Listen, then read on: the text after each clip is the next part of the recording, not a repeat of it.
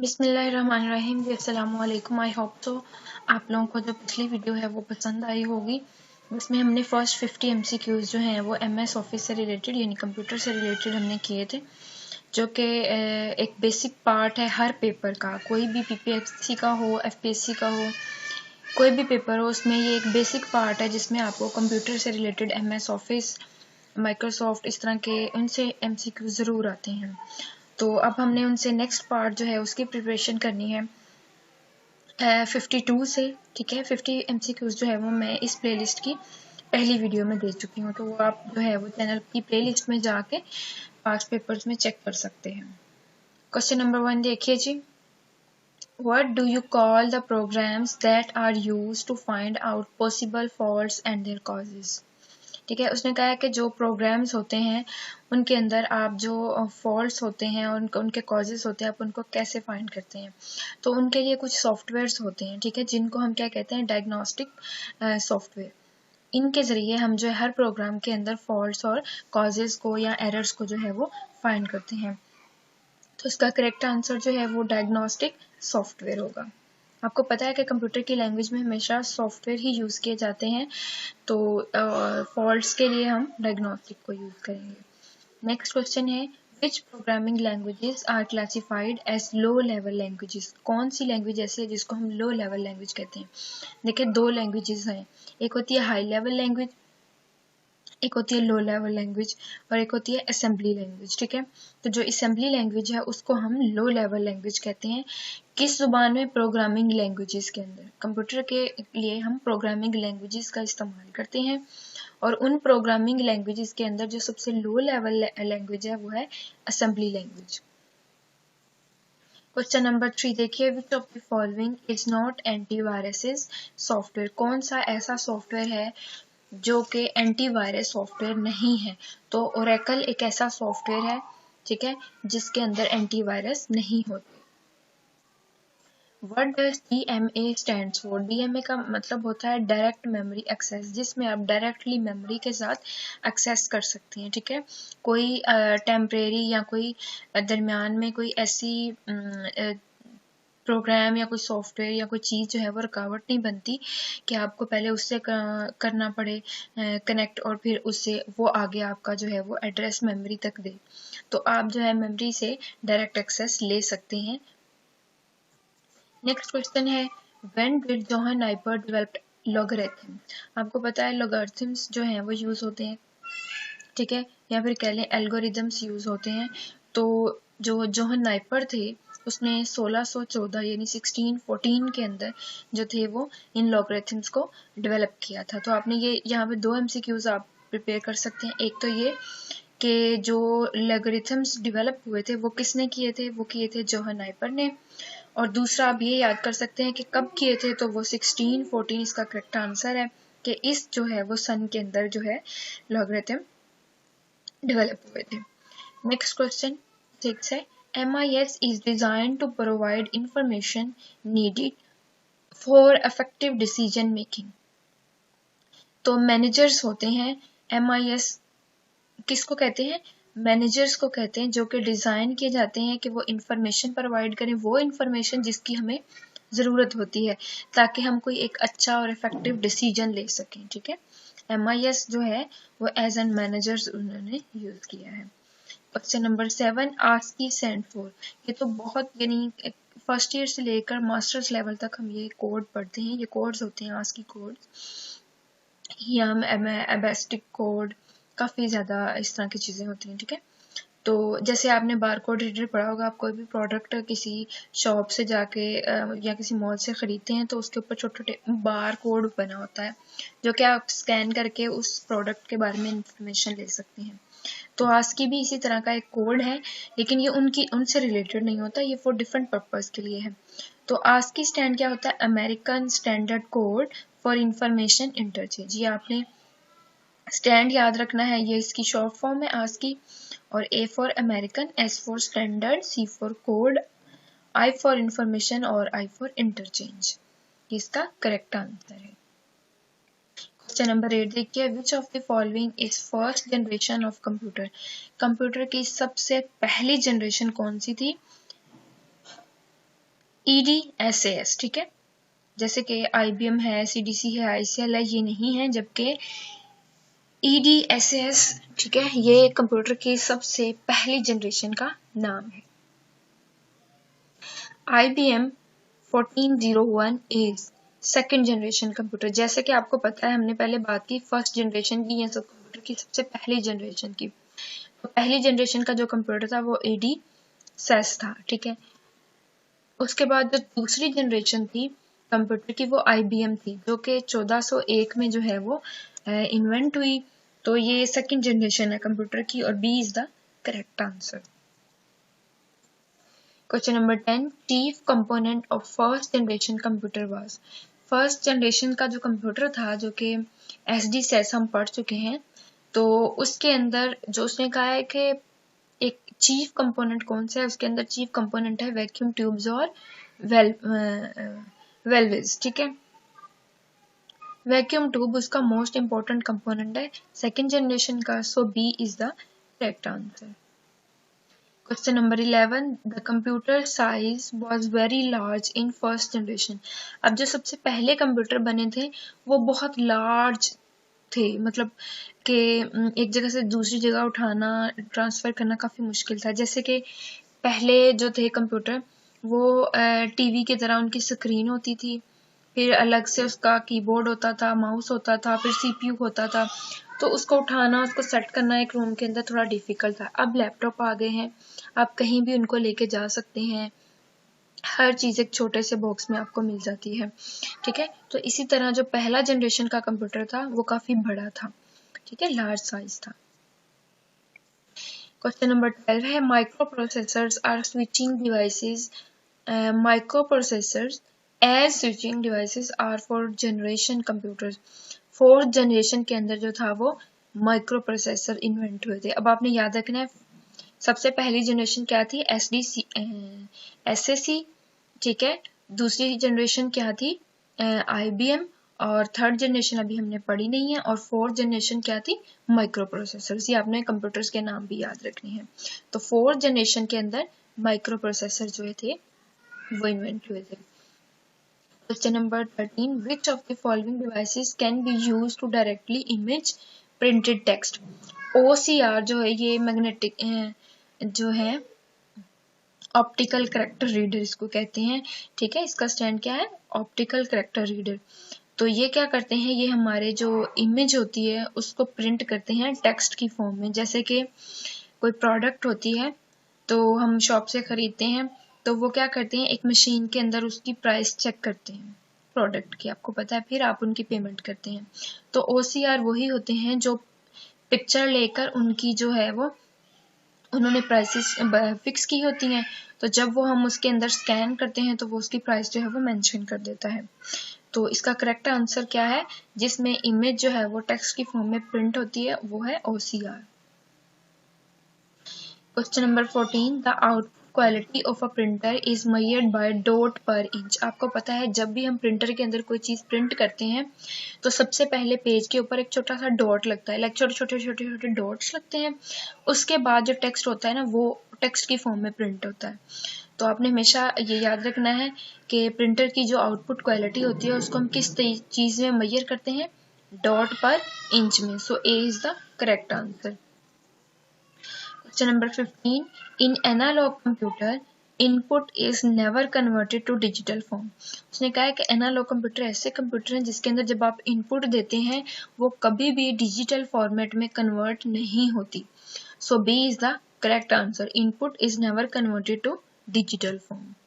Question number 16 देखिए, इन latest generation computers के जो अभी लेटेस्ट कंप्यूटर्स बने हैं, the instructions are executed both sequentially and parallel. उसने कहा है कि जो अभी रिसेंटली कंप्यूटर जनरेशंस इन्वेंट हुई हैं, ठीक है, उनके अंदर जब हम इंस्ट्रक्शंस देते हैं वो किस तरह से एग्जीक्यूट होती हैं, रन होती हैं, चलती किस तरह से हैं। तो उसने कहा कि उसमें दोनों तरीकों से चलती हैं, सिक्वेंशनली भी और पैरेलल तरीके से भी।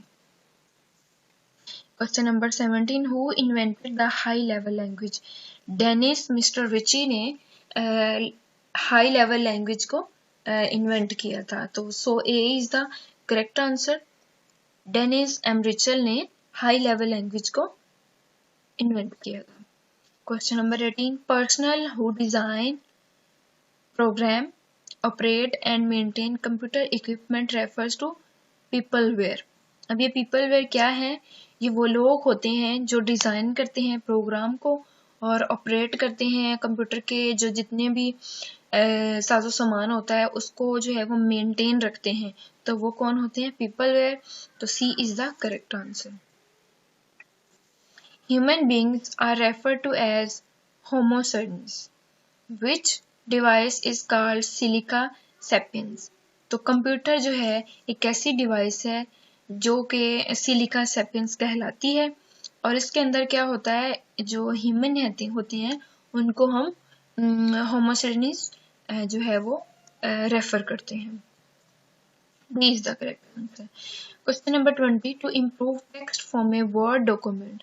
जो हम वर्ड डॉक्यूमेंट के अंदर हम टेक्स्ट लिखते हैं, अपनी असाइनमेंट्स वगैरह बनाते हैं, तो उसमें कह रहा है कि उसको इम्पोर्ट करने के लिए that uses headings into a PowerPoint presentation। तो हम क्या करते हैं, उसने कहा है कि जब आप एक डॉक्यूमेंट बनाते हैं तो उसके अंदर या आप कोई पावर पॉइंट प्रेजेंटेशन के अंदर कोई हेडिंग्स देते हैं, तो आप क्या करते हैं, आप करते हैं ऊपर एक टाइटल बार होती है, उसके अंदर होता है क्लिक इंसर्ट, इंसर्ट पे क्लिक करते हैं, फिर आप करते हैं स्लाइड्स फ्रॉम आउटलाइन। ठीक है, मैं आपको करके दिखाती हूँ। चलो ये देखें, ये ऑप्शन है इंसर्ट का, आप इंसर्ट करते हैं यहाँ पे। ठीक है, ये इंसर्ट्स के ऑप्शन आ गए। अब वो कह रहे हैं यहाँ से आप स्लाइड ऐड करेंगे, यहाँ से आप कोई भी एक स्लाइड ऐड कर लें। ये ले मैंने ऐड कर ली। अब यहाँ पे वो कह रहा है आपने हेडिंग देनी है, वो पावर पॉइंट की हो या वर्ड डॉक्यूमेंट की हो। ठीक है, ये बस उन्होंने आपसे पूछा है, तो आपने जो है वो करेक्ट आंसर उसका वो वाला लगा देना है। पीछे चलते हैं, ये देखिए click insert slides from outline, तो ये आपका आंसर है। जब भी आपने कोई इंपोर्ट करना है, कोई टेक्स्ट लिखना है हेडिंग में, पावर पॉइंट हो या वर्ड डॉक्यूमेंट हो। उसके बाद है question number 21, an error in software और hardware is called a bug. अच्छा, कोई सॉफ्टवेयर के अंदर कोई एरर्स आ जाए ना और वो सॉफ्टवेयर जो है वो रन ना कर रहा हो, हमें कोई सही आउटपुट ना दे रहा हो, तो उसके अंदर जो एरर आती है ना उसको हम बग कहते हैं। ये आपने एज एन एमसीक्यू याद रखना है। किसी सॉफ्टवेयर के अंदर जब एरर्स आती हैं हम उनको बग कहते हैं। What is the alternative computer jargon for it. वो कह रहा है कि इसका अल्टरनेटिव क्या होता है, तो उसका अल्टरनेटिव होता है ग्लिच। बग का अल्टरनेटिव क्या होगा, या उस एरर सॉफ्टवेयर का क्या अल्टरनेटिव होगा, वो है ग्लिच। ठीक है, ये आपने याद रखना है। D is the correct answer. Question number 22 है, modern computer are very reliable but they are not infallible. जितने भी मॉडर्न कंप्यूटर्स हैं उसने कहा है बहुत रिलायबल हैं, यानी कि वो उनके अंदर रिलायबिलिटी होती है, वो जो काम करते हैं वो प्रॉपर जो है वो सही करते हैं, उनका रिजल्ट रिलायबल होता है कि हम उनको इन फ्यूचर यूज कर सकें। बट उनके अंदर जो वीकनेस होती है कि वो इनफ्लेबल होते हैं। ठीक है, क्वेश्चन नंबर 23 है, personal computers use as a number of chips mounted on a main circuit board. What is the common name for such boards? Motherboard एक ऐसा बोर्ड है जिसको जब हम यूज करते हैं तो उसके अंदर छोटी छोटी चिप्स लगी होती हैं, सर्किट्स लगे होते हैं, तो ये इसको कॉमनली हम क्या कहते हैं, इस बोर्ड को मदरबोर्ड, यानी कीबोर्ड की बात कर रहे हैं वो। Question number 24, the system unit of a personal computer typically contains all of the following except modem. आपको पता है मॉडेम क्या होता है, जैसे कि कोई डिवाइस है, जैसे आपने टीपी लिंक अपने लैपटॉप के साथ अटैच की है वाईफाई चलाने के लिए, वाईफाई के लिए, इंटरनेट के लिए, तो वो कह रहा है कि आप अपने पर्सनल कंप्यूटर्स के लिए कुछ ऐसी टिपिकल यूनिट्स या सिस्टम्स को कनेक्ट करते हैं, तो वो है modem. A computer program that converts an entire program into machine language is called compiler. Computers के अंदर होती हैं, इंटरप्रेटर होता है, कंपाइलर होता है, ठीक है, या फिर ट्रांसलेटर कह लें। कुछ ऐसी चीजें होती हैं जो कि एक चीज को किसी दूसरी चीज में कन्वर्ट करती हैं, तो जो प्रोग्राम्स होते हैं जब हम उनको मशीन लैंग्वेज के अंदर कन्वर्ट करते हैं तो वो काम कौन करता है, हमारा कंपाइलर। तो C is the correct answer.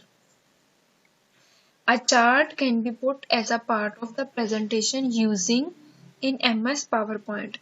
Chart को जब आपने अपनी पावर पॉइंट के अंदर ऐड करना होता है तो आप क्या करते हैं, इंसर्ट पिक्चर्स चार्ट्स। तो ये क्लिक करते हैं, मैं आपको करके दिखाती हूँ। सबसे पहले आप गए इंसर्ट में, इंसर्ट के बाद आप गए चार्ट की ऑप्शन में, ठीक है। चार्ट के ऑप्शन में आपने कोई सा भी चार्ट यहाँ से सिलेक्ट करना है, ठीक है। तो आपने ओके कर देना है। तो यही बस वो यहाँ पे पूछ रहा है कि आपने चार्ट को किस तरीके से ओके करूंगी मैं, तो ये चार्ट बन जाएगा यहाँ पे, ठीक है। तो बस ये यही पूछ रहा है कि चार्ट को पुट करने के लिए आप क्या करती हैं, ठीक है। तो मैं इसको खत्म कर देती हूँ बिकॉज ये मुझे नहीं चाहिए। जब भी आपसे पूछा जाए कि आपने पावर पॉइंट या एमएस के अंदर जो है वो चार्ट को कैसे पुट करना है, तो आपने क्या करना है, इंसर्ट के ऑप्शन में जाना है, पिक्चर्स में जाना है, या फिर डायरेक्ट चार्ट की ऑप्शन में जाना है और चार्ट को इंटर कर लेना है। Question number 27, which is the best view for getting your thoughts for a presentation out on the computer. तो वो आउटलाइन व्यू होता है, ठीक है। ये एक आपका बेस्ट व्यू है जिसके अंदर आप अपनी प्रेजेंटेशंस को देखते हैं, आउटलाइन व्यू। लाइक मैंने कोई इसके अंदर चीज इंटर की है और मैं देख रही हूँ कि इसका व्यू कैसा होगा, कि मैं एक बार खुद पहले देख लूँ फिर प्रेजेंट करूँ, तो वो इस चीज के बारे में बात कर रहा हूँ। क्वेश्चन नंबर 28 है, which of the following is not a feature of PowerPoint. Linking a slide transition with a laser pointer, ये इसका करेक्ट आंसर है, जो कि एक पावर पॉइंट का फीचर नहीं है। एक स्लाइड को कैसे आपने लिंक करना है as an transition with the laser pointer. तो प्रेजेंटेशन जो पावर पॉइंट के अंदर लेजर पॉइंटर का कोई ऑप्शन नहीं होता, तो ये पावर पॉइंट का ऑप्शन नहीं है। Question number 29, which of the following are actions you can assign to an action button or slide object, run a macro, play a sound, hyperlink, all of the above। ये सारे जो हैं आप किसी भी स्लाइड के अंदर असाइन कर सकते हैं, ये सारे एक्शंस बटन हैं, ठीक है। तो इसलिए all of the above, D option is the correct option. Which types of fonts are best suitable for titles and headings in MS PowerPoint? Sans serif fonts। जैसे कि आपको पता है ना कि ये मेरी हेडिंग है, लाइक, ठीक है। इसका फाउंट उन्होंने कितना दिया हुआ है, 44। तो ये आप अपने मर्जी के मुताबिक भी कर सकते हैं, ठीक है। तो वो कह रहा है कि जो बेस्ट ऑप्शन होता है ना कि आपके फाउंट का MS पावर पॉइंट के अंदर, वो ये वाला होता है। So B is the correct answer. Okay जी, ये भी वही ऑप्शन आ गया। नेक्स्ट है, slide show option available to the presenter include all of the following except transitions command। उसने कहा है कि स्लाइड जो ऑप्शन अवेलेबल होती है प्रेजेंटर के लिए, उसके अंदर ट्रांजिशन कमांड भी जो है वो इंक्लूडेड होती है, ठीक है। So A is the correct answer. Question number 33, which of the following is not a way to create a new presentation. जब भी हम न्यू प्रेजेंटेशन क्रिएट करते हैं तो उसके अंदर ये चीज नहीं होती, using the scan in slides feature, ये उसके अंदर नहीं होती। सो A is the correct answer, जो कि प्रेजेंटेशन के अंदर जब भी आप कोई न्यू फाइल या स्लाइड क्रिएट करते हैं तो using the scan in slides feature ये उसके अंदर ऐड नहीं होता। लाइक आपने कोई नई स्लाइड ऐड करनी है तो आप यहाँ से डायरेक्टली ऐसे ऐड कर लेंगे, ठीक है। आपको कोई भी लंबा चौड़ा जो है वो प्रोसेस यूज करने की जरूरत नहीं होती। Next question, question number 34, which tab is not available on left panel when you open a presentation in PowerPoint Notes। उसने कहा है कौन सी टैब जो है वो आपके पास अवेलेबल नहीं होती लेफ्ट पैनल में जब भी आप कोई प्रेजेंटेशन ओपन करते हैं। तो नोट्स की ऑप्शन आपके पास अवेलेबल नहीं होती। लाइक देखें, ये फाइल है, देखें यहाँ पर न्यू भी है, ओपन भी है, लेकिन यहाँ पे कहीं पे नोट की ऑप्शन नहीं है, ठीक है। ये देखें आउटलाइंस और स्लाइड्स हैं, ठीक है। यहाँ पर देखें ये स्लाइड्स के ऑप्शन भी है आपके पास, ठीक है, स्लाइड्स में ही आउटलाइन आ जाएगी, लेकिन नोट का ऑप्शन कहीं भी नहीं है आपके पास। सो आपने ये बताना है कि जब भी आप लेफ्ट पैनल में देखते हैं आपकी प्रेजेंटेशन में तो नोट्स का ऑप्शन नहीं होता। क्वेश्चन नंबर 35 है, a computer program that translates one program instructions at a time into machine language is called interpreter। वो कह रहा है कि जब भी कोई कंप्यूटर का प्रोग्राम हम एग्जीक्यूट करना चाहते हैं तो हम उसको ट्रांसलेट करते हैं प्रोग्राम इंस्ट्रक्शंस की फॉर्म में, तो वो एट अ टाइम एक टाइम में एक ही इंस्ट्रक्शंस को जो है वो मशीन लैंग्वेज में कन्वर्ट करता है या एग्जीक्यूट करता है, तो वो इंटरप्रेटर होता है, ठीक है। क्वेश्चन नंबर 36 है, a small or intelligent device is so called because it contains within it a sensor। सबसे जो स्मॉल और इंटेलिजेंट डिवाइस होती है ना वो सेंसर होते हैं, तो ये D is the correct answer.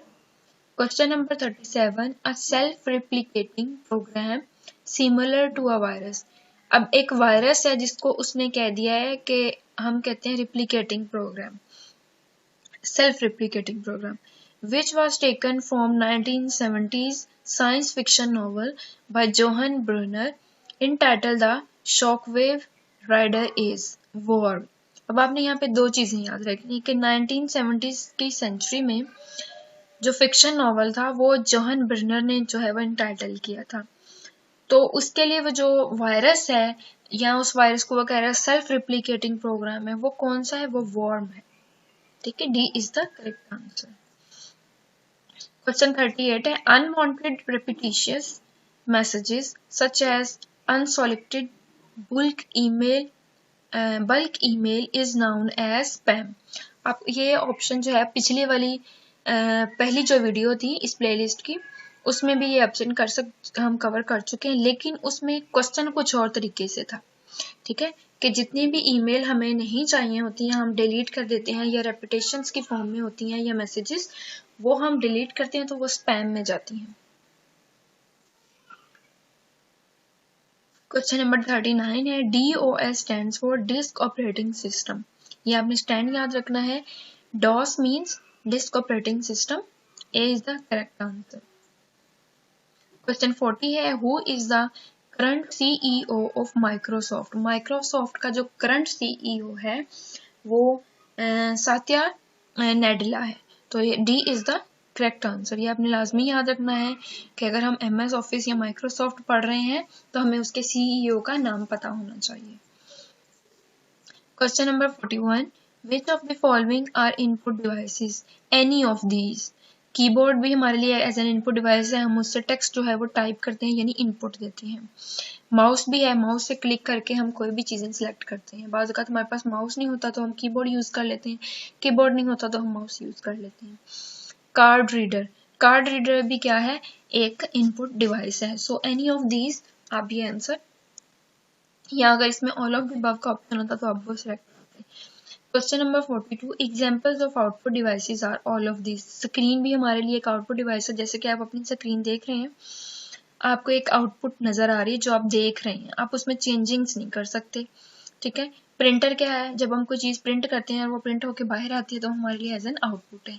Speaker क्या है, स्पीकर में आप जैसे अब आप वीडियो देख रहे हैं और आप मेरी वॉइस सुन रहे हैं, ये आपके लिए एज एन आउटपुट डिवाइस है। तो ऑल ऑफ दी यानी दीज यानी D is the correct option.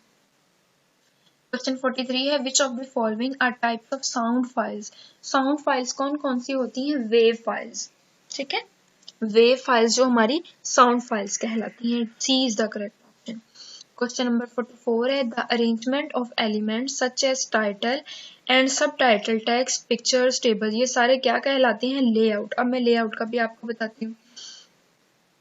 यहाँ पर देखें, होम में जाएं, ये आपके पास लेआउट का ऑप्शन है। इस ऑप्शन में आप कोई नई स्लाइड भी ऐड कर सकते हैं, लाइक ये मैंने स्लाइड ऐड कर दी। अब यहाँ पे ये देखें, यहाँ पे एक टेबल का भी ऑप्शन दे रहा है, चार्ट का भी ऑप्शन दे रहा है, ठीक है, ग्राफिक्स का दे रहा है, ठीक है, 3D मॉडल्स का दे रहा है, वीडियो का दे रहा है, कुछ भी आप इसके अंदर ऐड कर सकते हैं। तो ये हमारे लेआउट के अंदर होती हैं चीजें, ठीक है।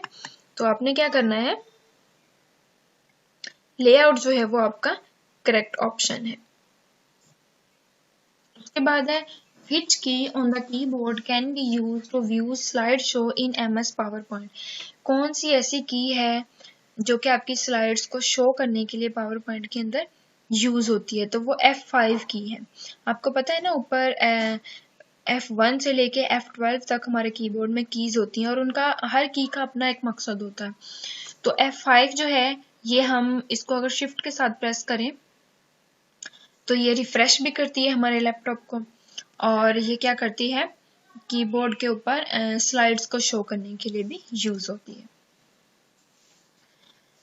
आपने F1 से F12 तक भी कीज भी याद करनी है, उनका भी मैं एक वीडियो बनाऊंगी इंशाल्लाह, ठीक है। तो सारी क्विट्रीज कीज का भी बनाऊंगी, कीबोर्ड की सारी कीज का बनाऊंगी, तो वो भी आप देख सकते हैं। क्वेश्चन नंबर 46 है, special effects used to introduce slides in a presentations are called transitions। जो स्पेशल इफेक्ट्स होते हैं हमारी प्रेजेंटेशन के अंदर वो हम किस तरीके से यूज करते हैं? ट्रांजिशन से। ये भी मैं आपको करके दिखाती हूँ। देखें, ये मेरी है प्रेजेंटेशन। अब मैंने इसके ऊपर, ये जो है ना, इसके ऊपर मैंने ट्रांजिशन लगानी है, तो मैं ये ट्रांजिशन के ऑप्शन में जाऊंगी, फिर मैं यहाँ से देखूंगी कि मैंने कौन सी ट्रांजिशन लगानी। आप देख रहे हैं मेरा हर पेज जो है पील ऑफ की तरह अगला पेज दे रहा है। तो मैंने इस पील ऑफ को सिलेक्ट किया, ये देखें ऐसे हो रहा है। फिर से करूं, ये देखें ऐसे हो रहा है।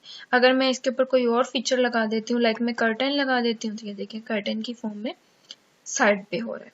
हो गया, ये है चीज, ठीक है। आप इसको अप्लाई टू ऑल करेंगे तो ये मेरी सारी स्लाइड्स इसी तरह ओपन होंगी। ये था जी हमारा ये वाला ऑप्शन, ठीक है। आई होप सो आपको बहुत अच्छी समझ आई होगी। लाइक कीजिए मेरे वीडियोस को, सब्सक्राइब कीजिए मेरे चैनल को अपनी अच्छी सी प्रिपरेशन करने के लिए। और बहुत से लोग ये भी पूछते हैं कि आप क्या करती हैं, तो मैं ये कहना चाहूँगी कि मैं सिर्फ जो है वो अच्छी अच्छी वीडियोस बना के प्रिपरेशन करती हूँ, क्योंकि बाज़ लोगों को इजाज़त नहीं होती जॉब्स की।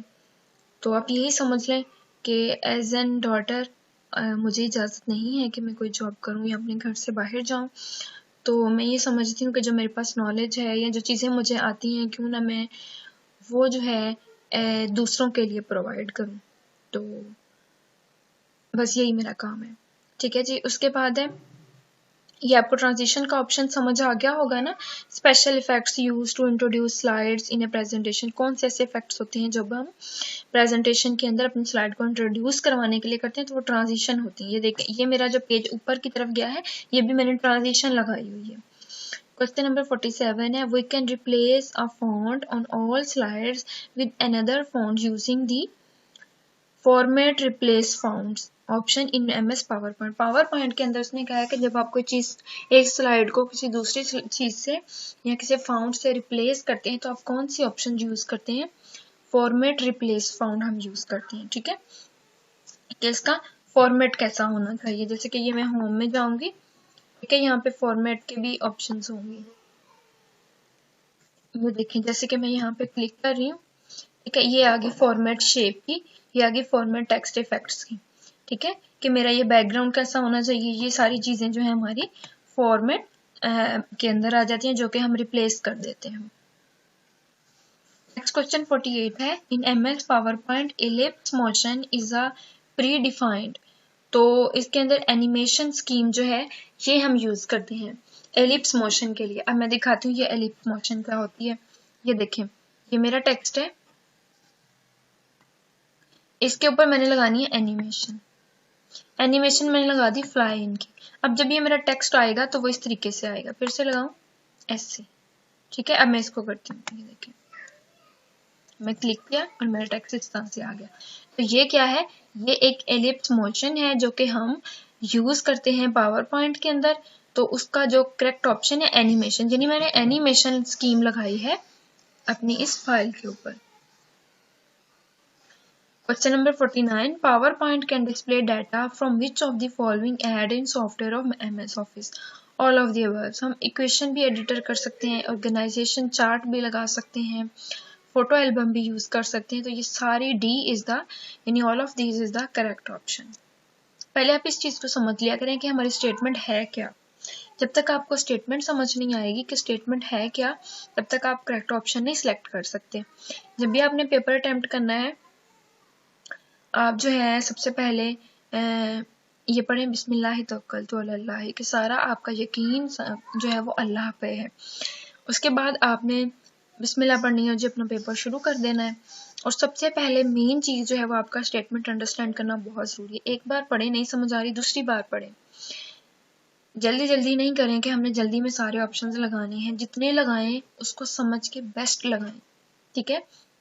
जहां आपने 100 MCQs अटेम्प्ट करने हैं और उनमें से आपके 50 गलत हों, उससे अच्छा है आप 70 ऑप्शन सोच समझ के अच्छे लगा लें ताकि आप मेरिट पे आ सकें।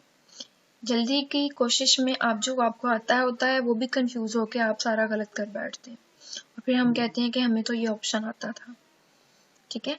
तो आपने स्टेटमेंट को जरूर समझना है। Which of the following fill effects can you use for the slide background? हम ग्रेडियंट भी यूज करते हैं, टेक्सचर भी यूज करते हैं, पिक्चर्स भी यूज करते हैं, इसलिए D is the correct option. ये भी मैं आपको बताती हूँ। ये मेरी स्लाइड है, यहाँ पे मैं गई फॉर्मेट शेप पे, यहाँ पे आ गए ये ऑप्शन सारे, ठीक है। अब मैं ये देखें शेप्स ऑप्शन, सॉरी एक मिनट, यहाँ पे मैं गई फॉर्मेट बैकग्राउंड पे, ये देखें ये ऑप्शन आ गई ना फॉर्मेट बैकग्राउंड पे। भी अगर आपको समझ नहीं आई मैं दोबारा बता देती हूँ। ये देखें यहाँ पे आप गए फॉर्मेट टेक्स्ट इफेक्ट नहीं, सॉरी, हम गए फॉर्मेट शेप्स पे।